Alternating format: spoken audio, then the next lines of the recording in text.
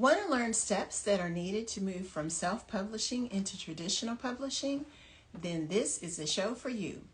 Hi, I'm Tonya Duncan Ellis, author of the Sophie Washington series and host of Write This, an author interview show.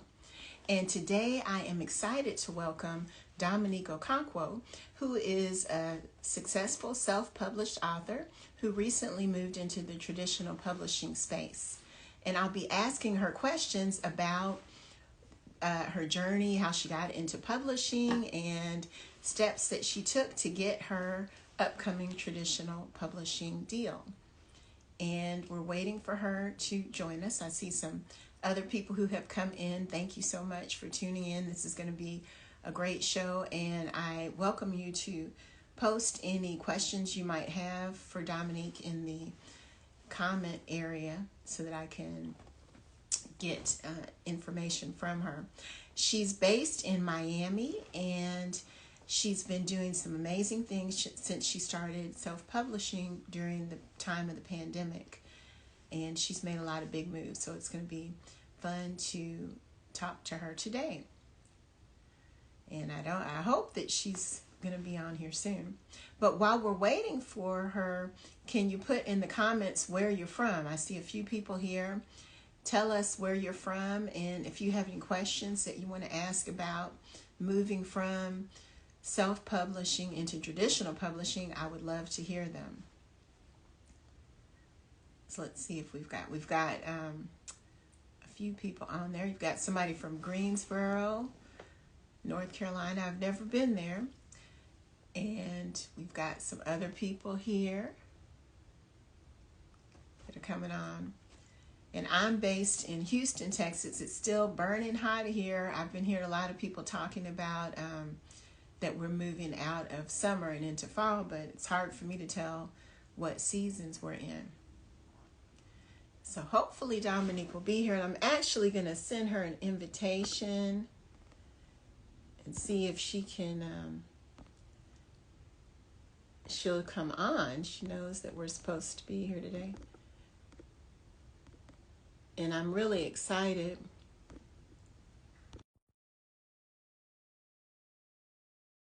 So I've sent her an invitation, and hopefully she'll join us in just a second. And if not, I'll go offline and grab her to come on in. But in the meantime, since you're here, does anybody have any questions? Can you tell us about your books? Okay, she's here. Dominique has joined us, so we're going to pop her on and get her on to join us for this exciting interview. Let's see, she's popped on again. I've accepted her invitation. It keeps on going back and forth. I don't know what's going on. And Dominique, I'm going to also send you an invitation because it keeps popping on the screen, and then when I click it, it doesn't let you in. Maybe you'll be on. Oh my goodness gracious. Did you get my invitation? It's saying you're unable to join for some reason. I'm sending you one more invitation. If not, guys, we're going to pop back. Maybe we have a bad connection or something. Okay, yay, she's here. It's Yay. working! Yay! I don't know what's going on. You know how it is with technology, always. Yeah. Well, it's so good to see you, Dominique. And Same here, good to see you. Yeah, I've been excited to watch all your success and all that you've been doing as I've followed you online. And also, I want to tell you, every time I go to Free People or see the Free People section in the store, I think of you and all of your fabulous clothes and your beautiful style. Yeah, I try to stay out of that place. They get me every time. Yeah, they ought to have you as one of their models because they have their whole vibe going on. So it's so good to see you. But welcome on. And I was telling everybody that you had started out in traditional publishing, and now you have traditional deal. So it's going to be exciting to learn about all about that. So tell us a little bit about your background and how you got started writing. Yeah, for sure. So I think like a lot of us during COVID, we had some of the extra time that we have always been asking for. And so I had written a manuscript about 10 years prior that I sat on because I didn't know exactly how to get that published. And so during the pandemic, I had more time to go into clubhouse rooms and online, and I started, reading blogs and finding out more information. And very prematurely, I started to pitch that first book. Needless to say, I really didn't know what I was doing. I was just sending emails, and there's a method to querying, right, and how to do it, the do's and the don'ts. And so after receiving lots of rejections, just because I didn't have it fully edited, and they were just it was just like a draft that I sent out. I decided to self-publish that book, that series. And around the same time, I figured out how to do crowdfunding and how crowdfunding could be a big help to first-time authors, because there's a lot of, especially with picture books, a lot of upfront costs. And so I raised over $8,000 on my Kickstarter, and that helped me publish my first book and second book. And so I'm about to be three books in my series. And I've written some others. Now I have a traditional book deal the book is gonna launch next fall. And so I'm very excited. Yeah. What are the names of your books? What are the names of your books you published? Yeah, so the initial series is The Adventures of Super Obi, which was inspired by my son, who was about 5 at that time. And so in that series, I have 2 books, Nothing to Fear. You might have seen this cover. I have it here. And then I have another one that says, Yes, I Can. And they are all faith-based stories. So Yes, I Can is based off of I can do all things through Christ who strengthens me. So they're very uplifting and faith-based stories. And then I have an accompanying coloring book that goes with the book. And I'm almost done with a 3rd book in that series, which is Marvelous Me. I'm very proud of these books because they're very, very close to my heart, and they will always be mine because I self-published them. And so I'm having a lot of fun with that series. Okay, great. And you mentioned that your books are faith-based, and I noticed you share your faith a lot on your page. Is that what the focus is of all your books, or how's that? It started off that way just because I was frustrated that when I would go to the bookstore and look for faith-based books, the stories were very, boring, for lack of there's only so many Jonah and the whale stories. And although they're pertinent and they're relevant and they're still the word of God, when you're trying to engage a toddler or, a preschooler, you want these books to be a little bit more practical. So, what happens if I'm in a situation where someone calls me a name? How do I respond? Mm-hmm. What happens if I'm in a situation where I'm afraid? Who do I call? Who do I turn to? God has not given me the spirit of fear, but a spirit of a sound mind. And so it's those kind of things that, I wanted to write so that kids can really grow with these stories and take them with them. And they can recall them, as they turn into adulthood, because these things are always going to be around. And so I start off that way. And one of the stories, I have a work in progress manuscript that I just won an award for. It's not necessarily faith-based stories because it's not overtly Christian. It doesn't have scripture or anything. But it's just a really good story about perseverance. From my experience as a Haitian American girl growing up in Miami. And so I'm excited about that, and I'm going to be pitching that one soon as well. So, oh, that sounds wonderful. Now, talk a little bit about your traditionally published book. Is it out now? How did that come about?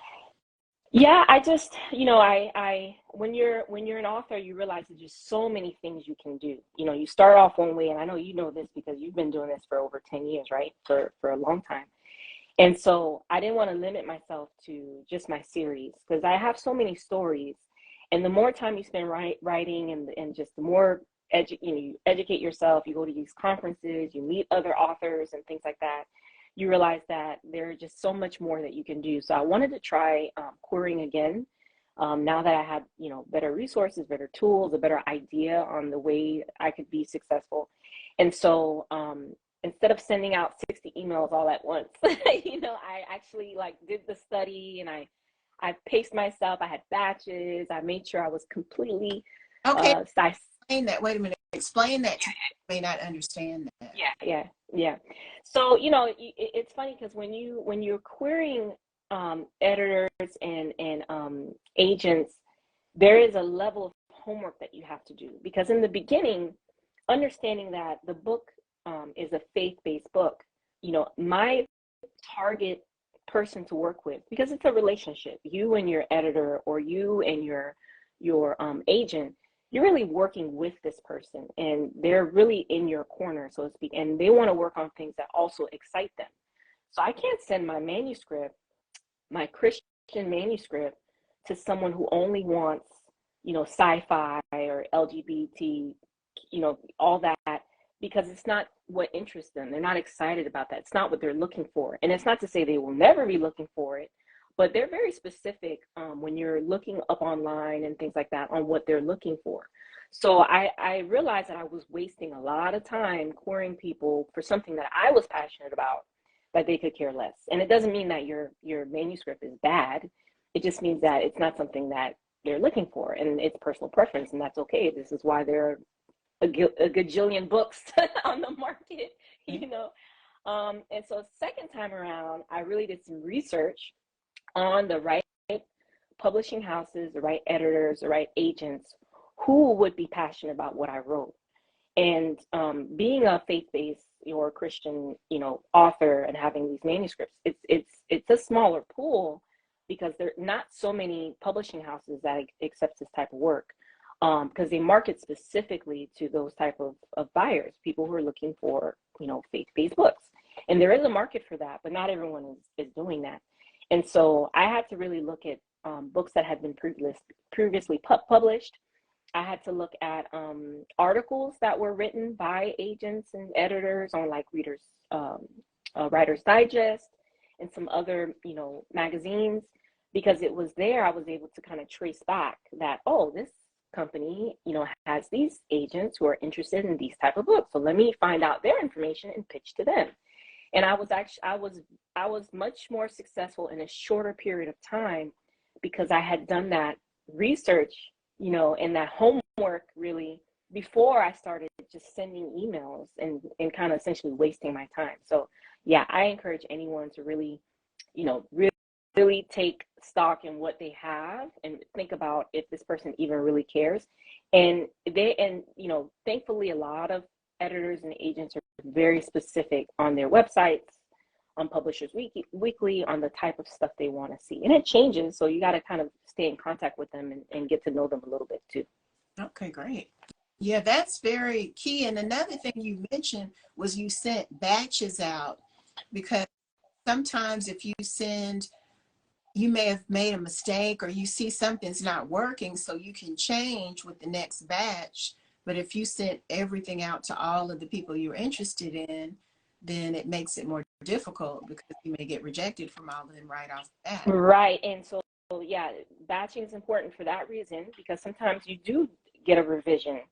For example, this work in progress that I have that is not faith-based, I sent it to an editor that I met at a conference, and then I went through another round of edits, which I think made the manuscript even better. And then I won this award for this manuscript. And then I said, man, now when I send out the query for that, I can mention that, because that's important, and I have a revised copy. So it's like, well, I sent it to this person. I'm gonna give some time before I go back and say, hey, I made a revision. Here's the latest. But because I didn't do everything all at once, I can kind of step back and send out my best work.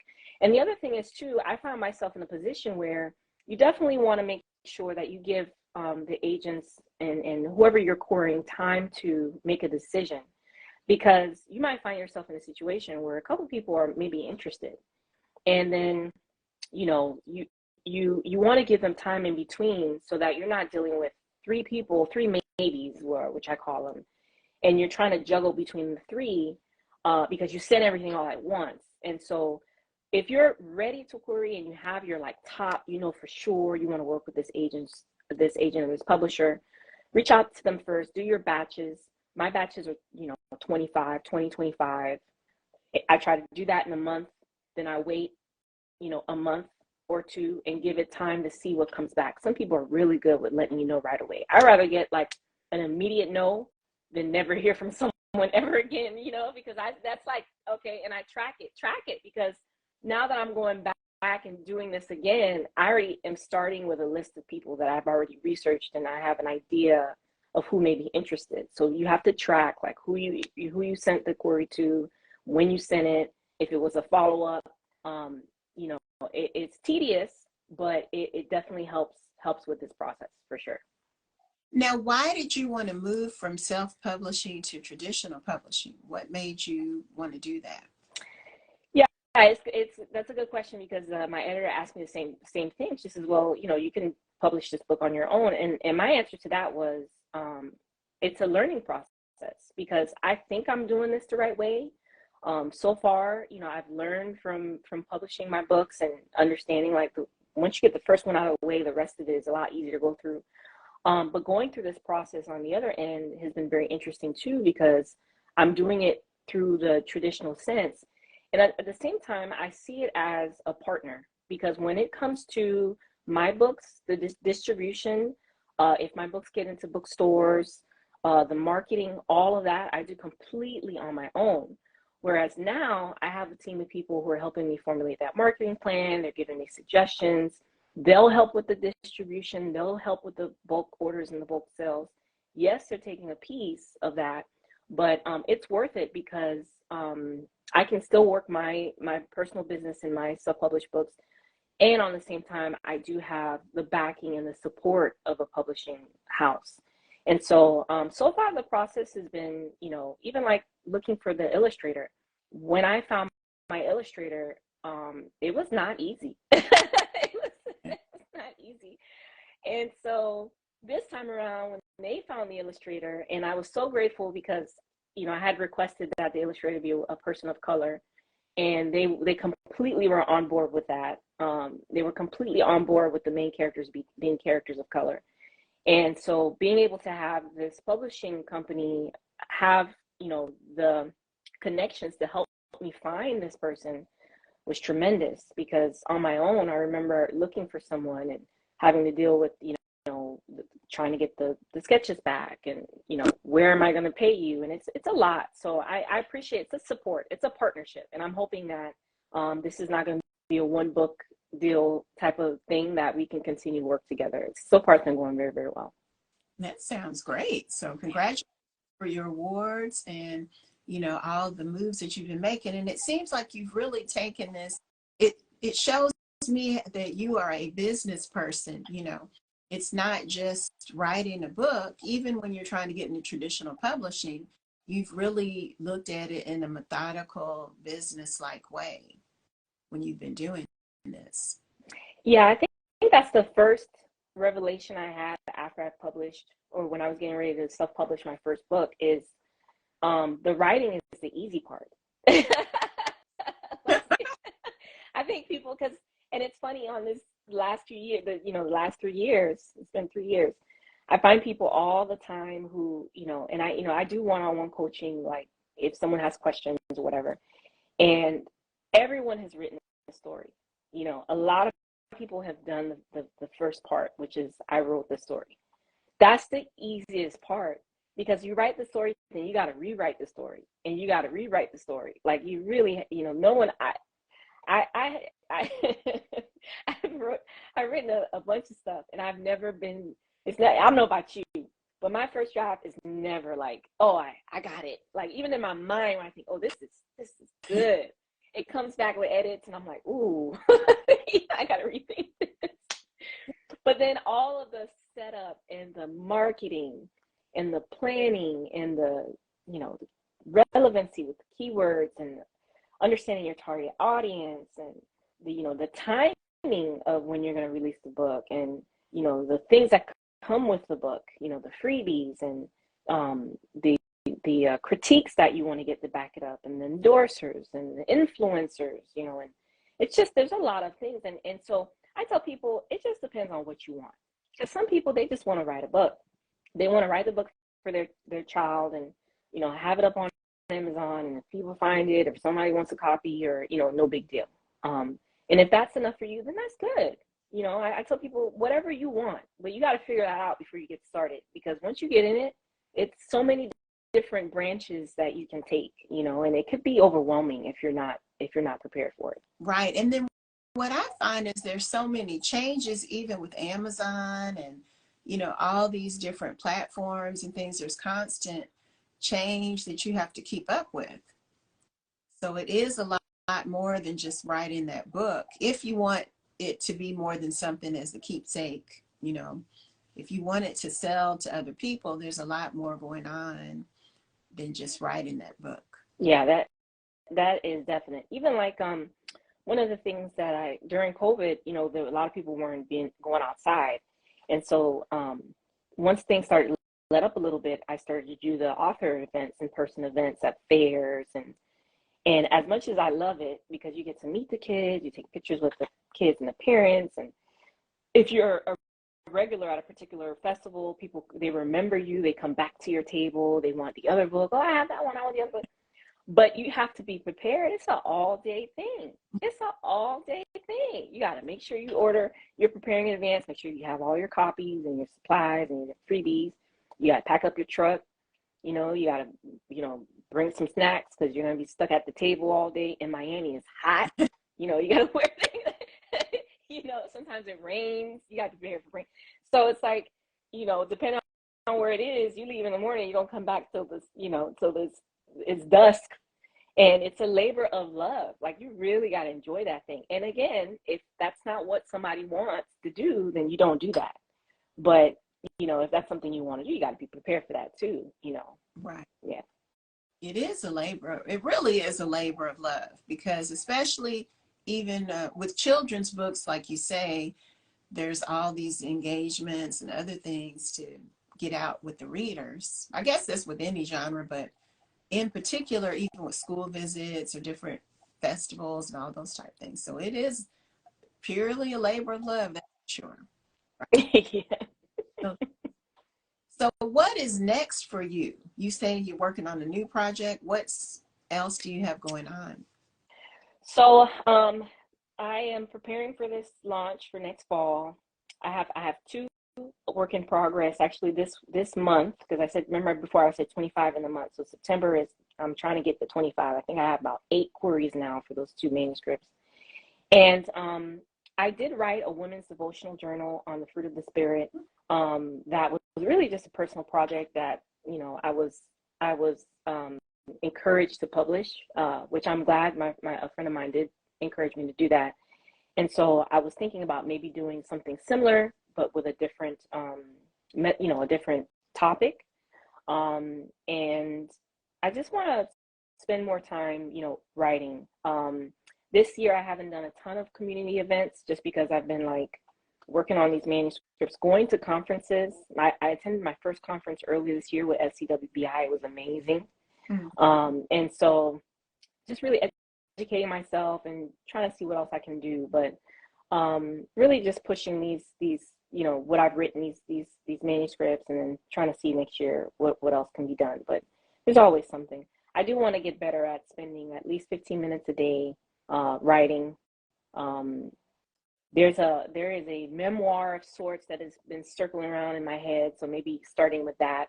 But yeah, that's pretty much it. And then think about back to yourself when it was the beginning of the pandemic, when you kind of had the glimmer of the idea to get your book out. Would you have ever imagined that you would be doing all you are now? I would have never imagined. And you know what's crazy is, when I first wrote the story, I shared it with some of the people that were closest to me, and they did not care. like they were like, "Oh, that's nice." And I think one of the reasons why it took me so long to really pursue it was because I felt kind of like deflated at the moment. Like, in my mind, I was like, "Oh, I wrote this story. It's gonna be so good." You know, I was all excited about it, and I shared it with some folks, and they were like, "Oh, that's cool, that's cute, whatever." And I'm thinking, "Wow, okay, whatever." And I tabled it, you know, and at the time I was thinking, man, I should have done this sooner. Like, at the time I should have just did it, but then I realized, like, all things happen in the time that it's supposed to happen. Like if had I published this story 10 years ago, I would not have the same resources that have been available to me now, that weren't available 10 years ago. And so I would say that it's important that if someone is inspired to write something and you believe it's great, don't let anyone discourage you from pursuing that thing, because oftentimes we get discouraged by lack of excitement from the people around us. And it's like, it's one of those things where, like, you wrote it. I cannot tell you how many authors wrote something in secret and it became a huge deal. And it's like, you can't prevent other people's lack of vision discourage you from just going for it, whether it's writing a book or starting a business or making jewelry. I mean, it's just been so. No, I didn't imagine I would be here, and I'm just along for the ride. Like, my theme for 2023 has been be like water. Like, whatever happens, just be fluid, and we'll see how far God will take it. And I'm just having fun. Oh, inspiring, Dominique. And that's a great place to end the show on. I think that's something that we can all think about as we're moving towards the end of this year and into next year, and looking at making our dreams come true. Because that's so, that is true what you're saying, that we've got to think about what is for ourselves, because sometimes other people might project their own fears or insecurities onto you. They may have felt like they didn't know what to do to write a book, so they didn't know what to say to you, Yeah. at that time. That's true. Now, where can people find you? Where can they find your books and follow you? You can follow me at DOK, which are my initials, Writes, on Instagram, Facebook, Twitter, all that good stuff. Or on my website, DominiqueOkonkwo.com. My books are sold on my website, Amazon, Barnes & Noble, and some other bookstores. But yeah, it's very easy to get in contact with me. Okay, well, thank you so much for taking this time. Thank you, everybody, for joining us. And I want to keep following you, Dominique, and seeing all the great things you do. I like all your inspiring messages and all the encouraging messages that you share with us. So everybody, if you're not following her, go ahead and follow her. Is it D-O? You just said what it was, but she DOK, said, right. Well, thanks for having me. Thanks everybody for joining us, and I'll see you next week for another episode of Write This. Bye-bye.